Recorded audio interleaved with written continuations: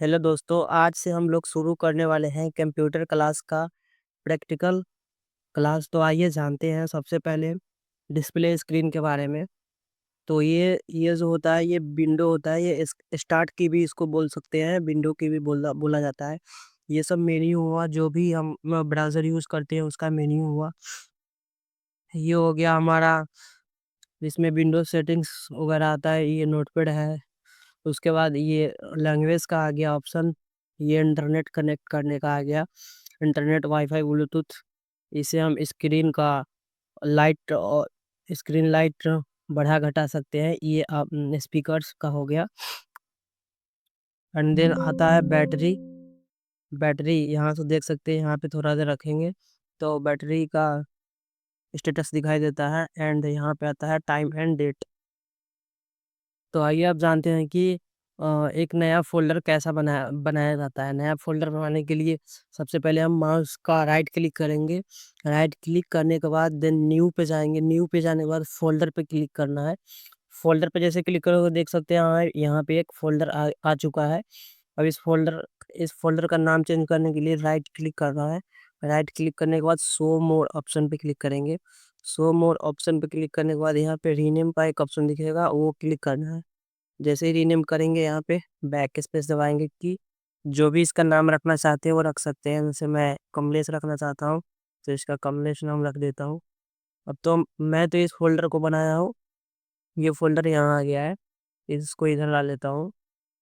तो इसको तो मैं बनाया हूँ माउस के माउस के सहायता से।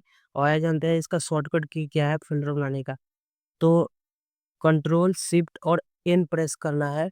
जैसे ही कंट्रोल शिफ्ट और एन प्रेस करोगे ये फ़ोल्डर एक बन के तैयार हो चुका है यहाँ पे। तो इसको बैक दबाना है। वैसे इसका नाम मैं रखना चाहता हूँ कमलेश 1, क्योंकि एक ही फ़ोल्डर का 2 नाम नहीं रख सकते हैं, तो मैं इसका नाम रख देता हूँ कमलेश 1। तो ये फ़ोल्डर बन के तैयार हो चुका है। तो आइए जानते हैं आगे।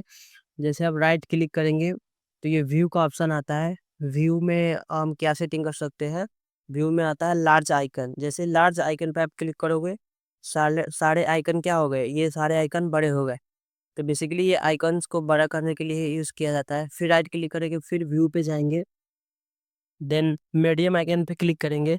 तो मीडियम आइकन पे क्लिक करेंगे तो सारे आइकन क्या हो गए? मीडियम हो गए। देन फिर व्यू पे क्लिक करेंगे, फिर स्मॉल पे क्लिक करेंगे तो सारे क्या हो जाएँगे? स्मॉल है, ऑटोमेटिक कन्वर्ट हो जाएँगे। एंड व्यू पे क्लिक करेंगे, फिर ऑटो अरेंज आइकन पे क्लिक करेंगे तो ये ऑटो अरेंज हो जाएगा। इतना पे ऑटो अरेंज रहता है। तो मैं मैक्सिमम रखता हूँ ज़्यादातर मीडियम आइकन्स पे, क्योंकि देखने में भी अच्छा लगता है। और आइए जानते हैं अब सॉर्ट बाय के बारे में। सॉर्ट बाय बेसिकली इसलिए यूज़ किया जाता है कि जो भी ये आइकन्स जो भी है इसको किस आधार पे आगे रखा जाए। जैसे नेम के आधार पे आगे रखते हैं तो ये क्या, रिसाइकल बिन आगे आ गया। देन अगर हम साइज़ के आधार पे रखेंगे आगे तो जो ज़्यादा एमबी का होगा वो आगे आ जाएगा। जैसे ये एक वॉइस रिकॉर्डिंग है तो ये सबसे आगे आ गया। देन आइटम टाइप के आधार पे रखेंगे तो ये भी यहाँ पे सबसे आगे आया। इसी प्रकार यही सब होता है। डेट डेट मॉडिफाइड के आधार पे रखेंगे तो जो सबसे बाद में जो इंस्टॉल हुआ होगा, सबसे जो अभी-अभी का होगा वो पहले आएगा। देन जानते हैं उंडो और रीनेम से उंडो करेंगे तो जो भी मैंने पहले डिलीट किया था वो आ जाएगा। जैसे मान लीजिए मैं एक फ़ोल्डर बनाता हूँ कंट्रोल शिफ्ट एन से, इसका नाम रखता हूँ 000, ठीक है? देन अगर मैं इसको डिलीट कर देता हूँ डिलीट की से, जैसे इसको मैं डिलीट कर दिया, जैसे कि यहाँ देख सकते हैं, इसको मैं अगर डिलीट कर दूँगा, ये डिलीट हो चुका है। अब इसको अगर लाना चाहता हूँ फिर से तो राइट क्लिक करूँगा और उंडो डिलीट प्रेस करूँगा तो ये आ जाएगा। देखो यहाँ पे वो फ़ोल्डर ये आ चुका है ये। या तो आप यहाँ से शॉर्टकट की इसका क्या है, विंडो प्लस जेड, जैसे ही क्लिक करोगे तो ये आ जाएगा। अब जानते हैं हम, इसको डिलीट कर देते हैं, इसका कोई काम नहीं है। अब जानते हैं आगे के बारे में। आगे क्या है, न्यू न्यू फ़ोल्डर का हम समझे ही थे। डिस्प्ले सेटिंग के बारे में जानते हैं। डिस्प्ले का जो भी सेटिंग्स है वो ब्राइटनेस वगैरह ये सब हम चेंज कर सकते हैं। कलर प्रोफाइल का हम देख सकते हैं। ये छोटी-मोटी चीज़ें होती है। अब आइए जानते हैं आगे। अ, पर्सनलाइज़ में क्या होता है, हम डिस्प्ले का आइकन और लोगो वगैरह चेंज कर सकते हैं, जैसे वॉलपेपर वगैरह, ये जो भी वॉलपेपर लगाना चाहते हैं, वो लगा सकते हैं। तो ये हो गया हमारा पर्सनलाइज़ का। और शो मोर ऑप्शन आता है, इसमें रिफ्रेश का हो गया, ओपन टर्मिनल का हो गया, ये सब बहुत सारे ऑप्शंस आते हैं।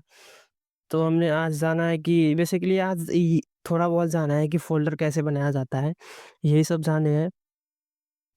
और कॉपी पेस्ट करना भी हम जान लेते हैं। कॉपी, अब जैसे मान लो एक हमने फ़ोल्डर बनाया, कंट्रोल हमने एक फ़ोल्डर बनाया माउस के सहायता से।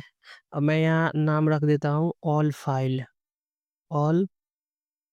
ऑल फाइल यहाँ पे नाम रख देता हूँ मैं। अ, जैसे मैं यहाँ ऑल फाइल से एक फ़ोल्डर बना लिया। अब इसमें मान लो मैं कोई सा भी मैं इसमें कन्वर्ट इसमें डालना चाहता हूँ कोई भी फ़ोल्डर। तो जैसे मान लो ये रिकॉर्डिंग है, अगर आप माउस का यूज़ करके बना रहे हैं तो इसको ड्रैग कर सकते हैं डायरेक्ट। यहाँ से लेफ्ट क्लिक करके ड्रैग कर सकते हैं यहाँ से डायरेक्ट। अगर कॉपी करना चाहते हैं तो यहाँ जैसे ये फ़ोल्डर है, ये है एक फ़ाइल, तो यहाँ कंट्रोल सी प्रेस करेंगे, फिर इस फ़ोल्डर में जाएँगे एंड देन कंट्रोल भी पेस्ट कर देंगे। तो यहाँ पे आ चुका है ये। तो ये हो गया बेसिकली कॉपी पेस्ट का। कॉपी होता है कंट्रोल सी से, पेस्ट होता है कंट्रोल वी से। तो ये भी हमने सीख लिया कॉपी पेस्ट का। बेसिकली यही है स्क्रीन में, और कुछ नहीं। और वीडियो अच्छा लगा हो तो लाइक शेयर ज़रूर कीजिए, कमेंट ज़रूर कीजिएगा। धन्यवाद। इसी तरह का और वीडियो देखने के लिए चैनल को सब्सक्राइब जरूर करें।